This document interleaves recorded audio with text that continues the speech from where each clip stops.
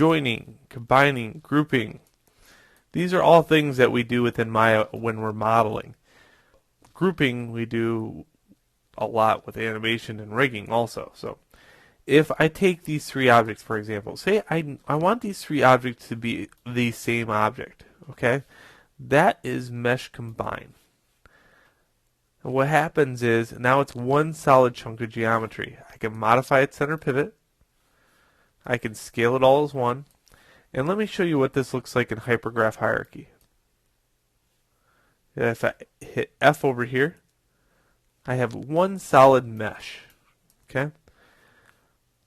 The only way to tweak this out is, let's say I need to scale the top mesh. Well, I have to go into the vertices or faces, and then I can manipulate it. This is very good if you're creating an object like, let's say, a multi-part piece of armor, and you need to connect all the parts together. That's the way to do it. Okay, next part is, let's say I take this and make a relationship between them. These are children, and this is the parent. Okay, child number 1, hold shift to the parent and hit P. Child number 2, hold shift, P. So now this parent owns these two children, and I can scale in two relations with each other. Over here, they look a little bit different. Now what happens is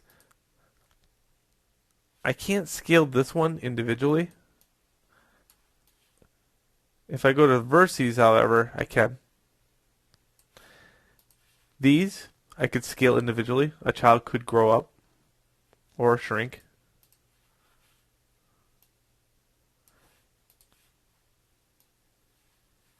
Okay, it's a very interesting relationship there. And it's more like real life because you can see the children could run off at any time.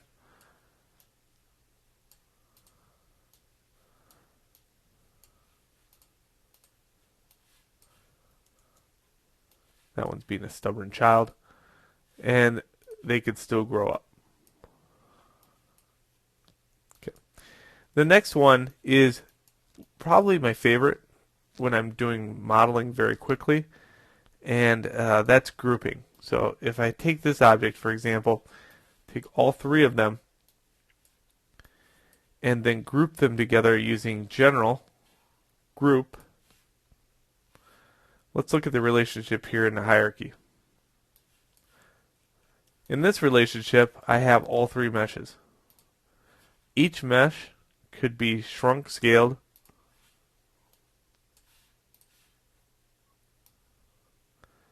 and as a group, they can be massively scaled. Now look at this, the pivot point, however, so you have to modify center pivot. So you can see they can all grow up together.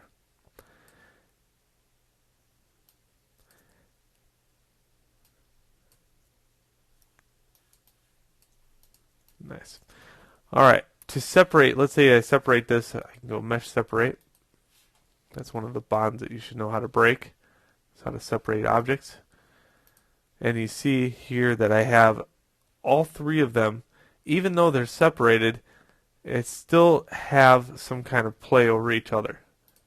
So this is a nice little feature to do too, is the fact if you break a separation, you get this. Alright, that's grouping and combining and parenting within Maya. Now, you'll know when to use either one of them. You know, you can use, let's say, the combining of things when you're porting over to another program. That works well. Parenting, when you port it over to another program, doesn't even matter. Grouping, all depends whatever game engine that you're going into, that grouping stays into play. So check to whatever you're porting over to sometimes. Certain things port well, some things do not. But in all actuality, this is the most universal way, is combining the objects together.